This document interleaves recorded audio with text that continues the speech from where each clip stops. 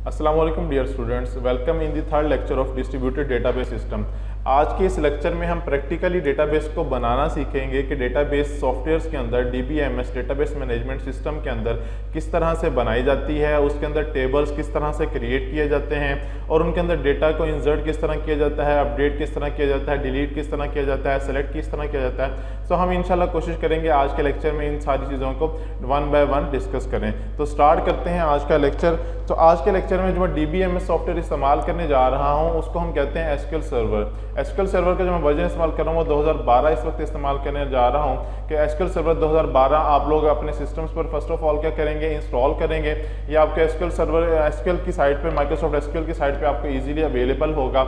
In case अगर आप लोगों को नहीं भी मिलता तो आप लोग जो है ना मुझे इन्फॉर्म कर देंगे, मैं आप लोगों के साथ इसका सेटअप शेयर कर दूंगा। थोड़ा सा हैवी है, ऑलमोस्ट 4 GB का है, तो अगर आपके पास इंटरनेट कनेक्शन अच्छा नहीं है या डेटा कम है तो फिर आप लोग इसको डाउनलोड मत कीजिएगा। लेकिन अगर आपके पास इंटरनेट स्पीड अच्छी है और आप लोगों के पास जो है ना डेटा भी ज़्यादा अवेलेबल है तो देन आप लोग इसको डाउनलोड कीजिएगा। मैं आपको एडवांस में बता रहा हूँ कि ये ऑलमोस्ट 4 GB से ज़्यादा है। और जब आप इसे डाउनलोड कर लेंगे तो डाउनलोड करने के बाद इसकी इंस्टॉलेशन के लिए मैं आपके साथ एक डॉक्यूमेंट भी शेयर कर दूंगा कि जिसमें स्टेप बाय स्टेप लिखा हुआ होगा, हर चीज़ बताई हुई होगी स्क्रीनशॉट्स के साथ कि आप इसको इंस्टॉल किस तरह से करेंगे अपने सिस्टम के ऊपर। फिर भी अगर आपको कोई डिफिकल्टी का सामना हो तो आप मुझसे कॉन्टैक्ट कर लीजिएगा। तो स्टार्ट करते हैं आज का लेक्चर।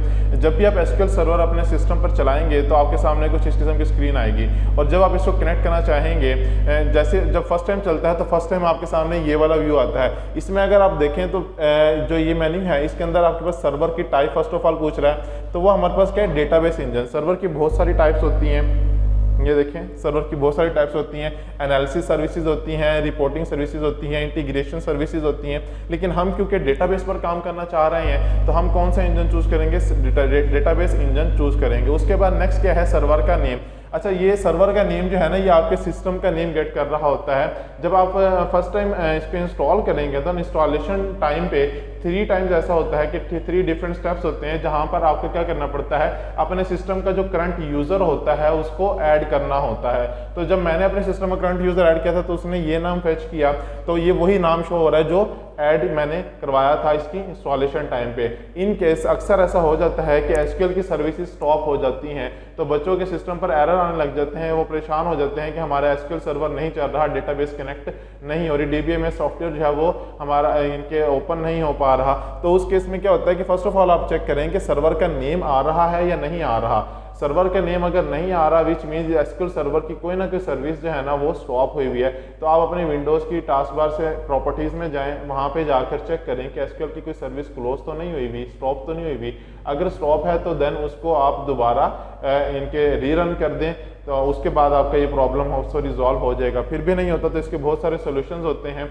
तो अगर किसी बच्चे को ऐसी कोई डिफिकल्टी कभी फेस करनी पड़ती है तो आप मुझसे कॉन्टैक्ट कर सकते हैं। उसके बाद नेक्स्ट क्या है, ऑथेंटिकेशन मोड। ऑथेंटिकेशन मोड क्या होता है, हम ऑथेंटिकेट करते हैं कि जब एसक्यूएल सर्वर हम चलाएं तो आया कि हम इसको किसी लॉगिन आईडी और पासवर्ड के थ्रू जो है ना वो इनके डेटाबेस मॉड्यूल तक ले जाना चाहते हैं या हम इसको कनेक्ट करवाना चाहते हैं, या वैसे ही विंडोज़ ऑथेंटिकेशन मोड, विंडोज़ जैसे ही इनके कनेक्ट हुई हुई है तो सिंपली जैसे हम सॉफ्टवेयर चलाते हैं विंडोज ऑथेंटिकेशन मोड में इसको हम रन करना चाहते हैं तो हम उसमें भी रन कर सकते हैं। इसमें बेसिकली 2 ही मोड होते हैं, एक होता है एसक्यूएल सर्वर ऑथेंटिकेशन, दूसरी होती है विंडोज ऑथेंटिकेशन मोड में यही बेनिफिट होता है कि आपको यूजर आईडी और पासवर्ड नहीं देना पड़ता। लाइक अगर आप यहाँ पर देखें तो इस पर यूजर आईडी और पासवर्ड वो जो है ना डिसेबल्ड है, ये दोनों फील्ड डिसेबल हैं। जबकि अगर मैं इसको एसक्यूएल सर्वर ऑथेंटिकेशन पे लेके जाता हूँ तो देखें दोनों फील्ड्स एक्टिव हो गई हैं। अब जब तक मैं यहाँ पे आईडी और पासवर्ड नहीं लिखूंगा, वो भी वैलिड आईडी और पासवर्ड, तब तक ये लॉगिन नहीं करेगा, तब तक ये कनेक्ट नहीं करवाएगा।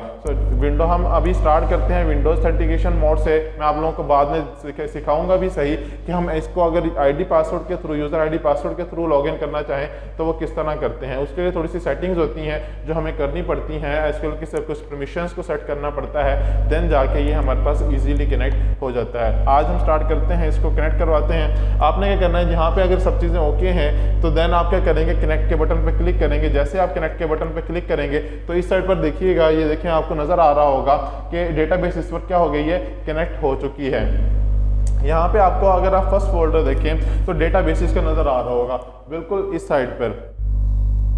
तो ये जो फर्स्ट फोल्डर आपको डेटाबेसिस का नजर आ रहा है, सो आपको ये डेटाबेसिस का ये देखें ये हाईलाइटेड भी है इस वक्त, डेटाबेसिस के नाम से ये एक हमारे पास फोल्डर है। हम जितनी भी डेटाबेसिस क्रिएट करते होते हैं वो सारी की सारी डेटाबेसिस कहाँ क्रिएट होती हैं, इसी फोल्डर के अंदर क्रिएट होते हैं। इसके अलावा आपको सिक्योरिटी का ऑप्शन नजर आ रहा होगा अभी, जैसे मैंने आपको बताया कि हम लॉगिन अगर सेट करना चाहते हैं तो हमें सिक्योरिटी में जाके कुछ परमिशंस को सेट करना पड़ता है, वहाँ पे पासवर्ड सेट करना पड़ता है, देन जाके आप पासवर्ड के थ्रू लॉगिन कर सकते हैं। अदरवाइज आप Windows authentication by default mode जो होता है वो विंडोज ऑथेंटिकेशन ही होता है, आप उसी को इस्तेमाल करते होते हैं। उसके बाद सर्वर के ऑब्जेक्ट्स होते हैं, जो हम क्योंकि एसक्यूएल सर्वर है तो सर्वर पे जब काम कर रहे होते हैं तो इसके कुछ ना कुछ ऑब्जेक्ट्स होते हैं। हम अगर अपने ऑब्जेक्ट्स के साथ डीलिंग करनी है, ऑब्जेक्ट्स पे वर्किंग करनी है, देन हम इसका भी इस्तेमाल करते होते हैं।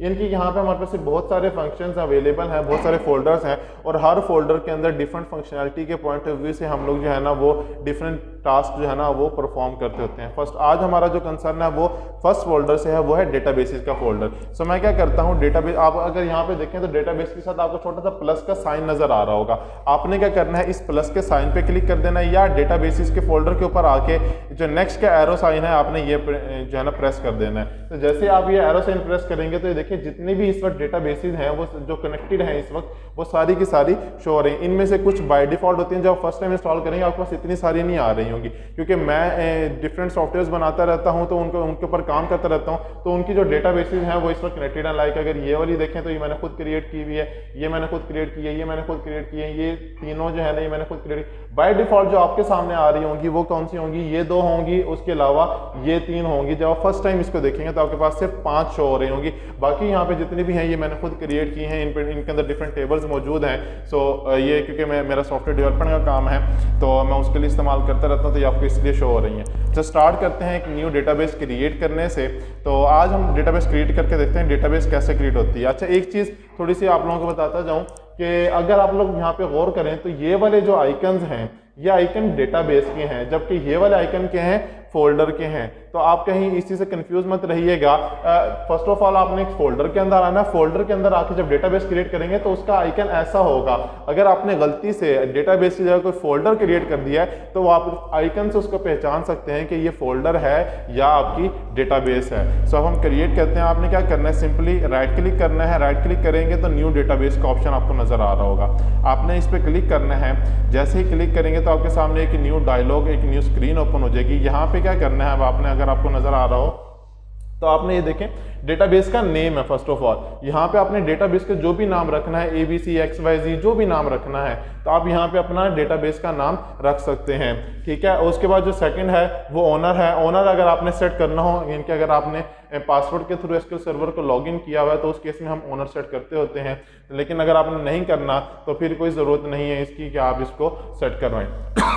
सॉरी।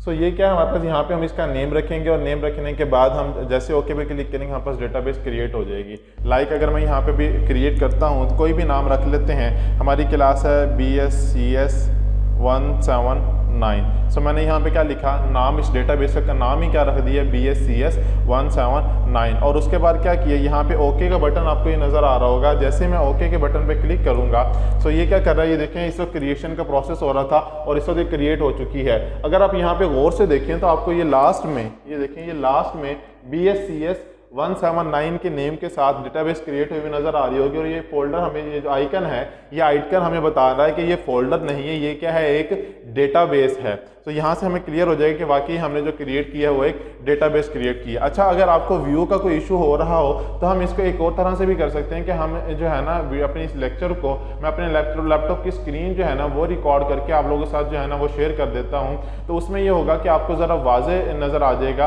कि किस तरह से ये सारा काम हो रहा है और किस तरह से हम क्यूरीज लिख रहे हैं और वर्किंग कर रहे हैं। सो आई थिंक ये एक बेस्ट अप्रोच होगी।